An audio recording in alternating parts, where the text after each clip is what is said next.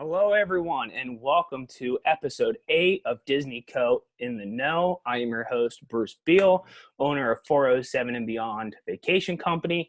And this evening, I am joined by Jacob, Hi. Hannah, Hey. and Elizabeth. Hello. How are you guys doing? Pretty good. Pretty good. Yeah. Good. Tonight, we are going to be discussing Disney and Universal news that happened this week. Some announcements were made about park closings and how they're going to handle guests coming back from the park closures. And then at the end of the show, we're going to talk about attractions that we want to ride first when the parks reopen. So, but before we begin, I want to say that take a moment to say that this show is sponsored by 407 and Beyond Vacation Company, Universal, and Disney vacation planners who are experts at the parks, resorts, dining to help you book your family's vacation, take away the stress. So all your family has to do is show up, have fun, and create family memories. All right, guys, I am particularly excited about tonight's show.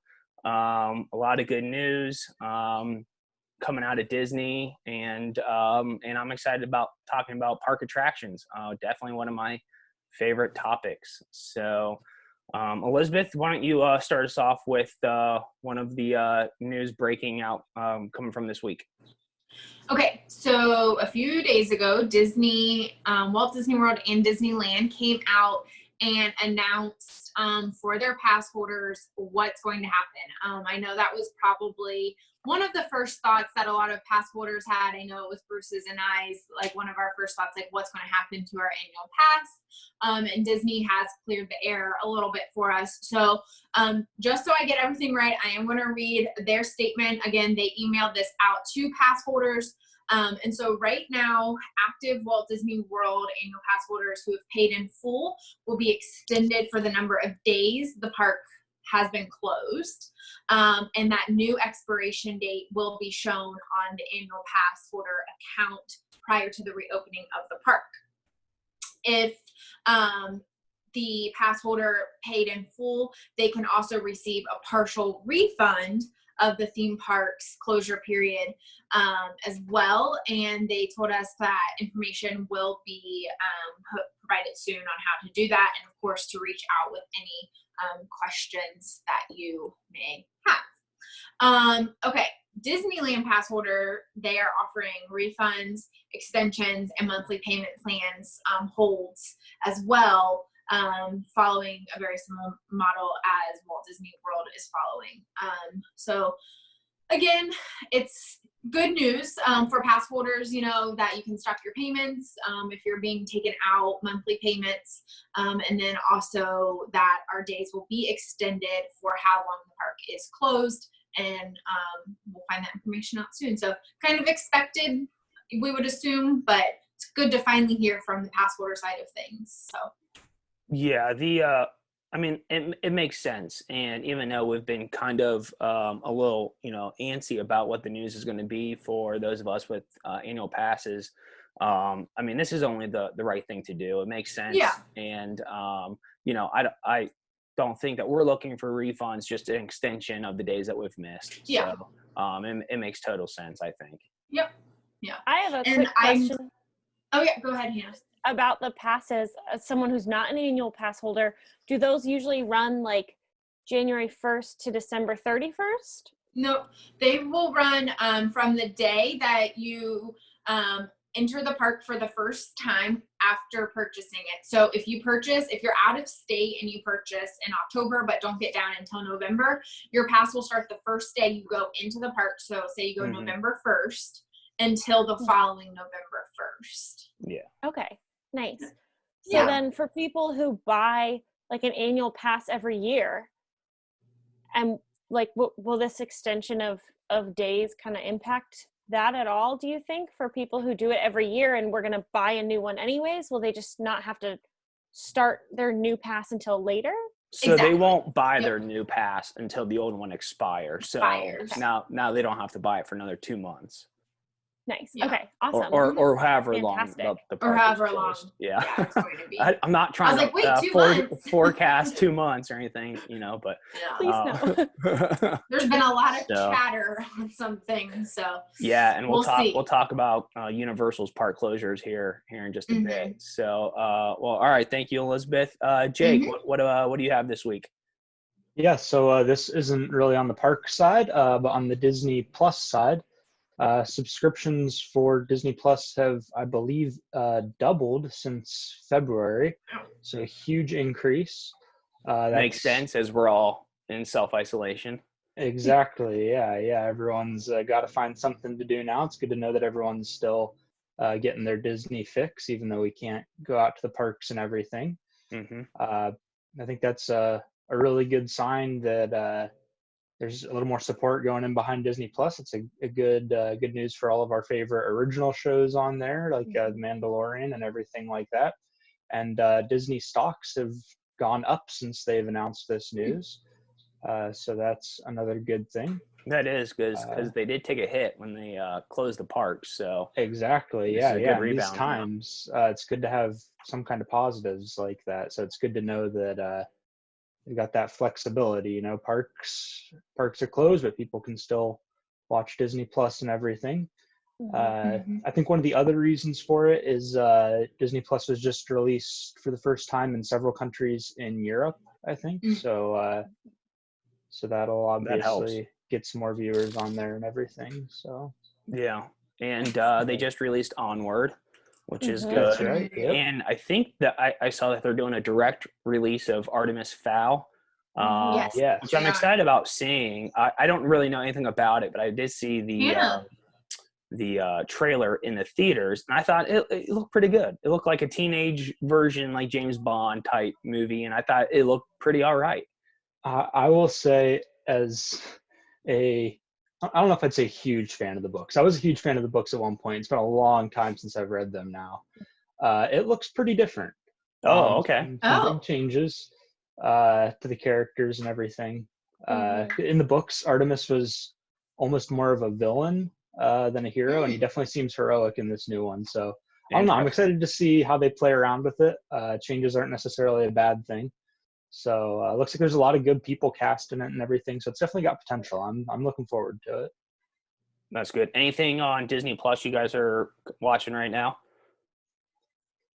I have sadly not had a lot of opportunities this past week. Just been really busy with work to get much TV watching in, but hoping to get some in this weekend. And I really want to see Onward again. I know that it released last weekend, and I just am like dying to see it again. We all went and saw it, and Mhm. it just, tugged on my heartstrings, and so I am Yeah, Multiple thrilled times. to watch again.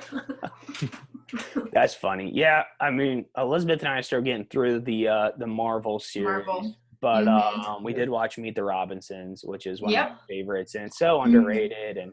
But it's so nice that that's on there to be able to watch some of those. So, Mhm. but all right, well, excellent, Jake. Thank you for that. Hannah, what do you have for us this week? Yeah, I feel like with everything that's been going on, we could all use a little bit of cheerful good news. So it's time to get merry. The release dates for Mickey's Very Merry Christmas Party came out this week. So very excited for that. Tickets are on sale. You can get advance tickets. And the first day that it's going to be open is going to be November 8th, which is, I believe, a Sunday. And it goes from 7 p.m. to midnight. And they've released the dates on their website. And it seems to be every 1 to 3 days they've got another event for it, so you can get your tickets. It goes from November 8th up through December 22nd. So Excellent. And believe it or not, whatever the photo shows there, I was having a good time. I must have been in the middle of a sneeze because that was a bad photo. Yeah. Oh. We had so much fun. The Christmas is. party was so much fun. It I've is. never eaten so many cookies in my life. Like in a very short time frame. It is Christmas- such a great event. I was Yeah. gonna say Christmas is definitely, I think, my favorite holiday. I just love all the joy that comes from it. And this is an event that I know I would love to go to because, I mean, you're taking two of like the most joyful things, Christmas and Disney, and popping them together into one. So what are the highlights that people have to look forward to for you guys who have been? I'll tell you what, it's not an attraction or showing, but just the decorations and walking around with the decorations is one. And two, I might get some feedback on this and some disagreement, especially from some of our listeners, but I think that parade is above, I think, all parades. Elizabeth, what do you think? Yes. So there's a particular scene where Cinderella's carriage comes down, and I'm a 30-year-old woman standing on Main Street, and I was crying when it came down. And we went with our friends, and it was it was a memory that I will cherish forever. I will never forget that. Yeah. That parade is amazing. Yeah, I think the best part is the toy soldiers coming down, and then Santa Claus wraps up the end of the parade, and it's the whole night, the whole party. It looks like we lost Elizabeth there. I'm sorry. The whole thing is just it's unbelievable. So Hannah, thanks for the details on that. Yeah, tickets are as low as $105 for an adult on some of those nights. So. And what's the most expensive night? Do you have that? I do. The most expensive, it looks like, is $155, and that is on December 22nd. So like that really close to Christmas time, it jumps up to that around $150 range. Yeah, I mean, I think that's pretty on par for last year's prices. And so, do you disagree? Well, I remember because there was almost a whoops in our group of purchasing a month prior, and I thought they were around 90. So I think they went up. Well, it depends because they're yielded for certain nights and certain days of the week. And I just mean I think some of the ones in November were as low as 90 at one point. That's all. Okay. So so a little bit more expensive, which is still on par from year after year. But yeah, I mean that if you can afford it and you want to put that in your vacation, that is such a great event. So so all right. Well, thank you, Hannah. So what I want to talk about is the Bob Iger interview that was in Barron's Magazine. And I only really want to point out a couple of things. One, he did talk about the success of Disney Plus. He talked about some of the other things. But as it pertains to Disney parks, he specifically talked about the potential health precautions that, he's not predicting that Disney is going to be implementing, or he's not saying that they are going to do this, but he was suggesting that it is possible that there could be some things up at the security entrances of the parks that are health, precautionary measures, such as like taking the temperature of guests coming into the parks. And so, this is it makes sense, to keep all the guests, as safe as possible when the parks open. I'm trying to get my head around what this is going to look like logistically, like how long those lines are going to be, and what's the functionality of taking someone's temperature, especially when there's 100,000 people in a park or 60,000 people in a park. Obviously, I'm happy to wait in long lines if it means everyone can come into the parks and be safe. But I'm really, if Disney does implement something like this, I'd be curious on what that's really going to look like. Yeah, absolutely.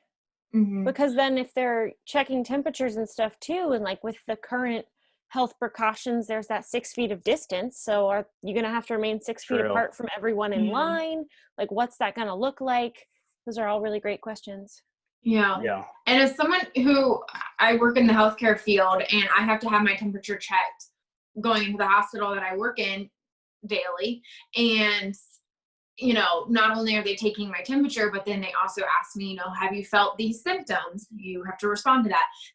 You have to make sure that you're sanitizing your hands prior to getting your check. And then what will happen if you do have a fever? Are they going to kick you out of line and your whole family has to leave, and then you get a refund? Right. This, I think, is just, personally, when I heard this, I felt like it was him just being ahead of the curve and just kind of not saying this will happen, like you said, Bruce, but more of like we're going to take caution, and we're not just going to be opening up the park and free for all. Mhm. I think it's kind of their way of like showing that they're going to take concern, but I don't think logistically you can do that. Not Yeah. for as many people as would be flooding into those parks. No.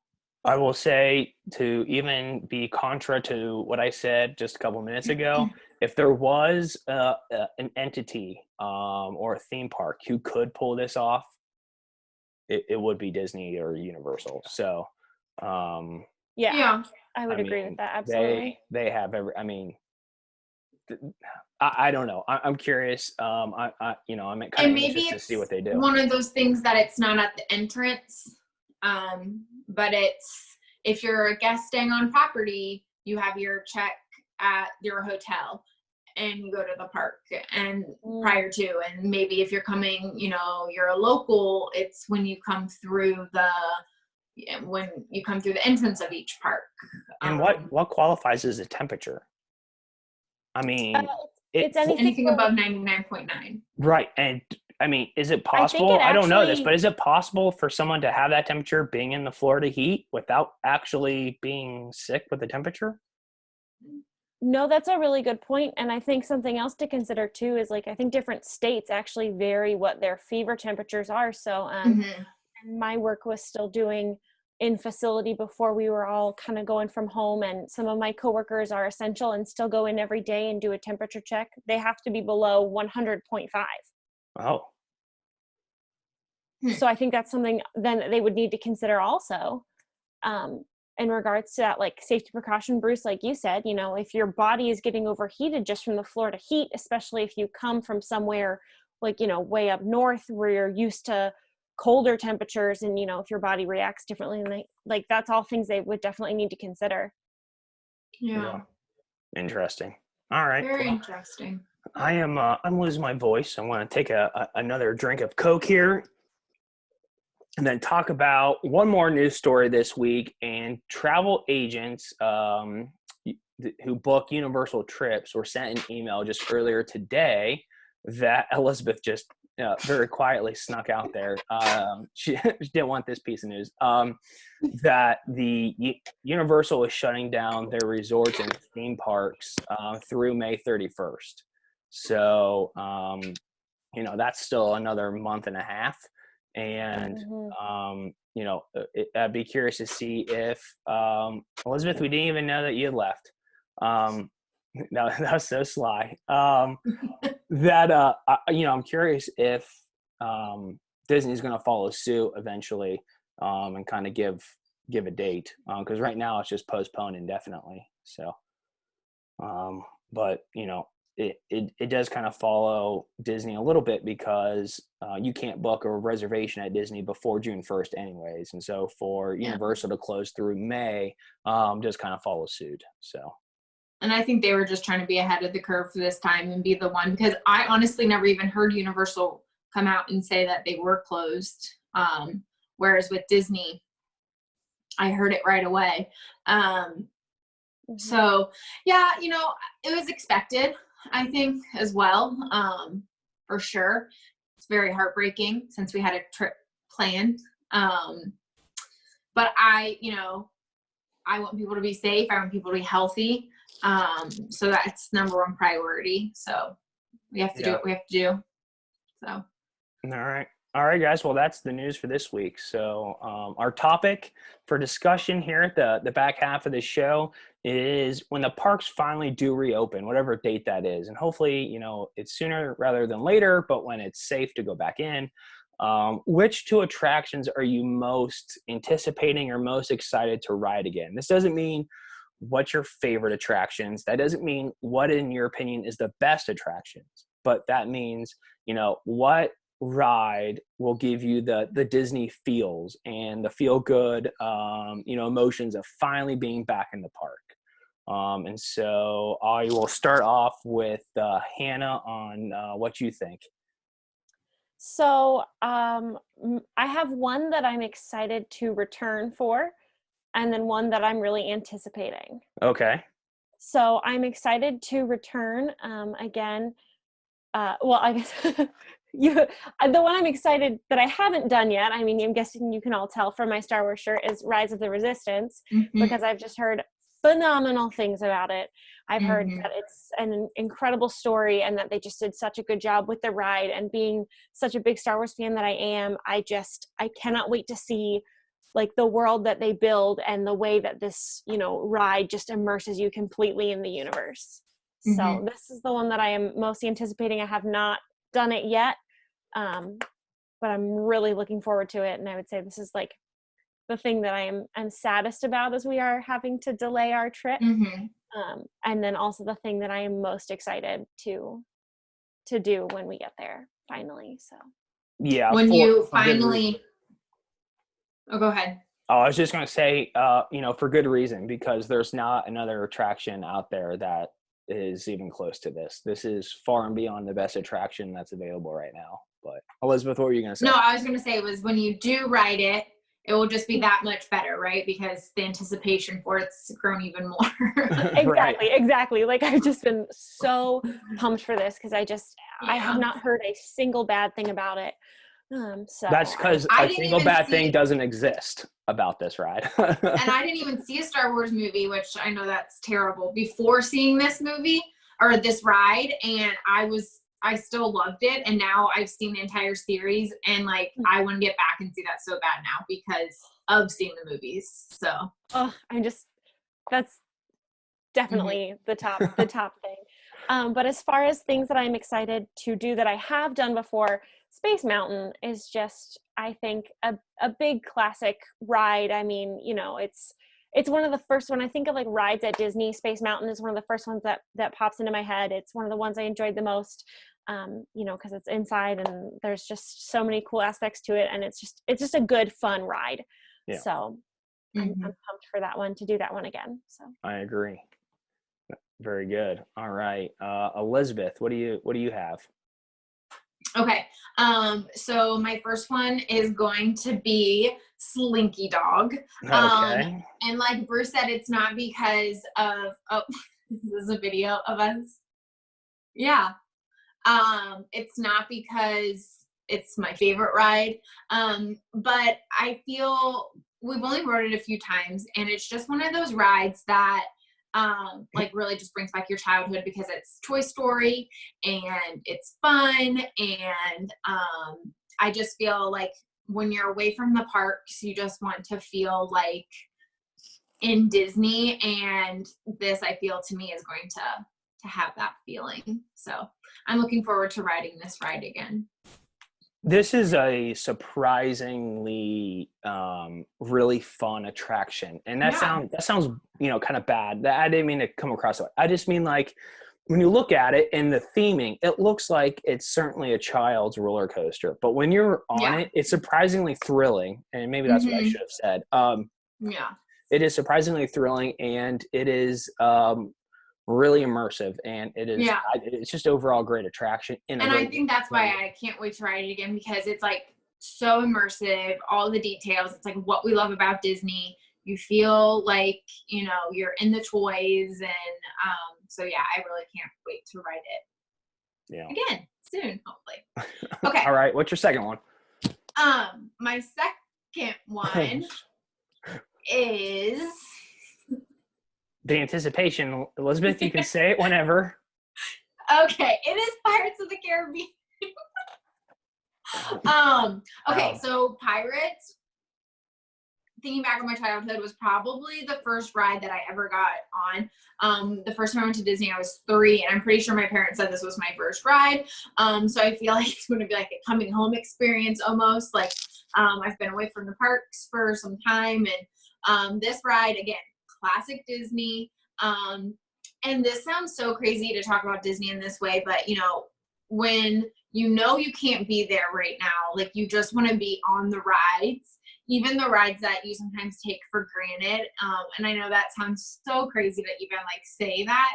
But if you go to Disney frequently, you hit the rides that you ride, and you don't really think about it. And so, and I know it's, like I said, it's crazy to talk about a ride like this, but that ride sometimes I take for granted. Again, so crazy to talk about a ride like that.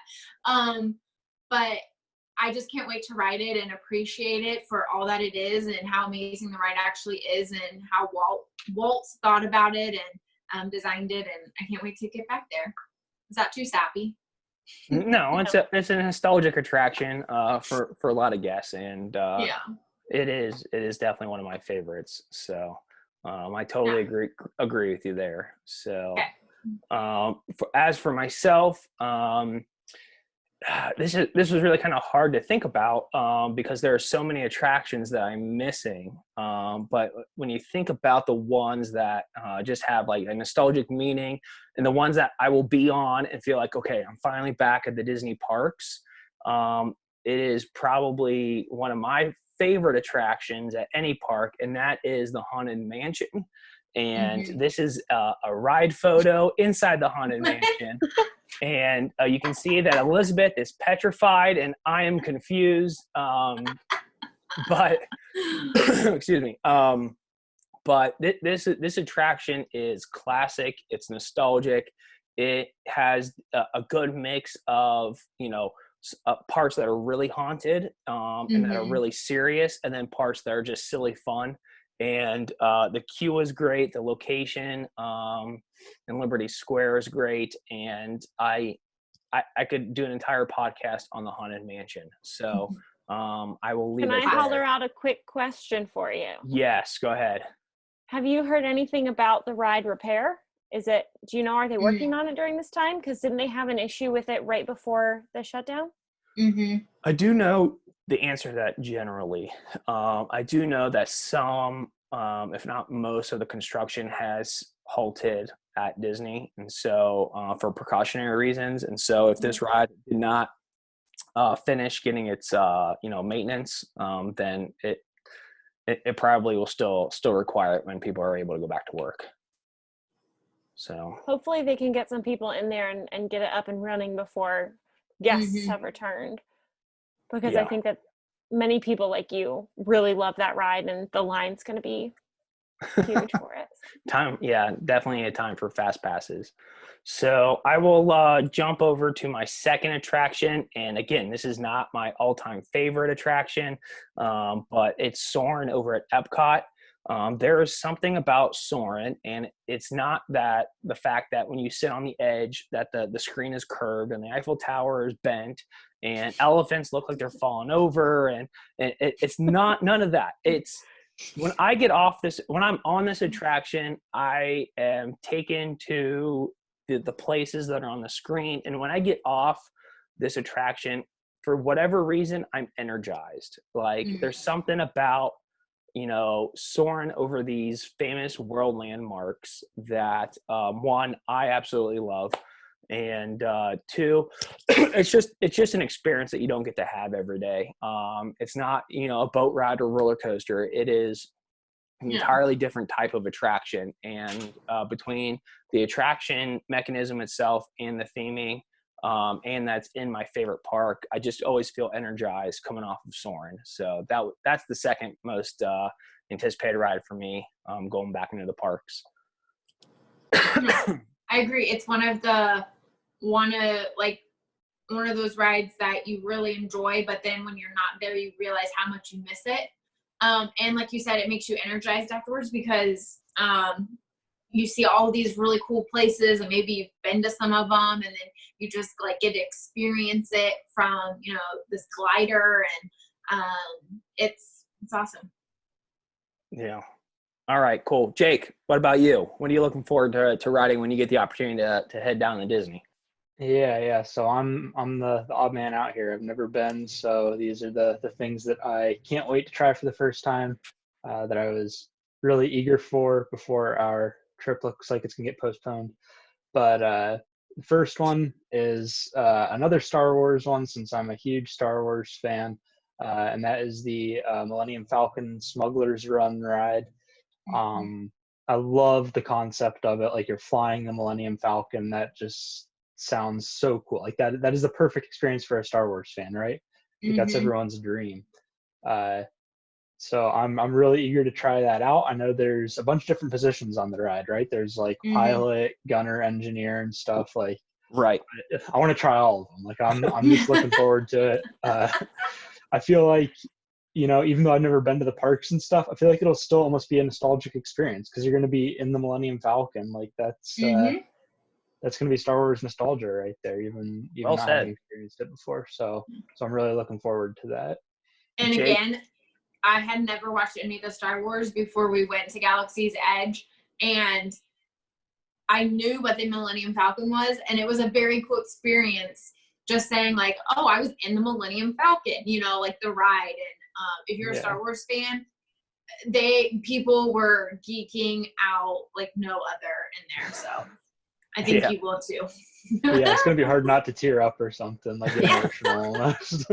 This is an Keep it together. incredibly strong second attraction in Galaxy's Edge. So, I mean, obviously, Rise of the Resistance is the primary attraction, if you will.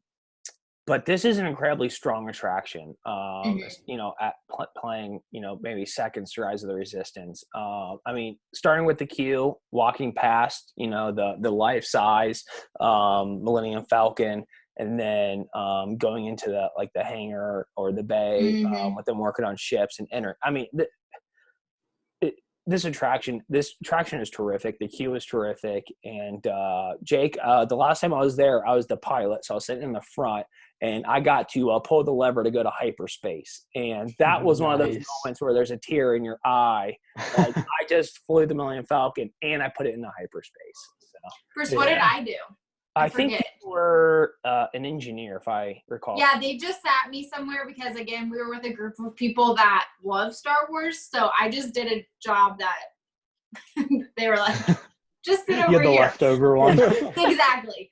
But now that I've watched it, I'm like, I want to fly that thing.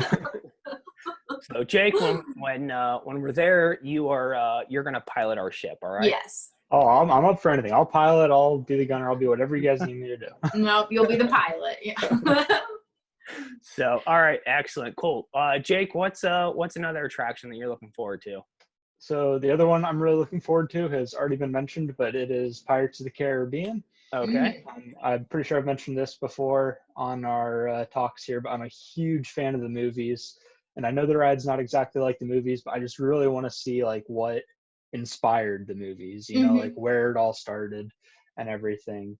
And I just feel like it's one of those, like you kind of mentioned it when you talked about it earlier, it's one of those like quintessential Disney rides, like a classic almost. It's so I just feel like that's something where you're really going to get that Disney experience, and that's another reason why I really, really want to try it out. Yeah. You'll love it.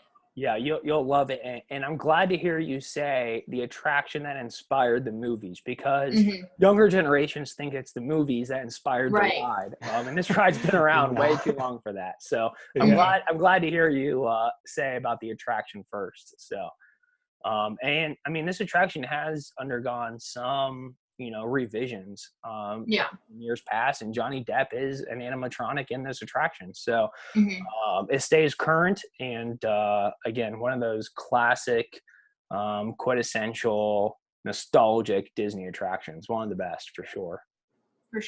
So cool. All right, anything else on attractions, guys? I did have one honorable mention that I'll mention real quick, is Spaceship Earth, and that's about to go under construction for the 50th anniversary, and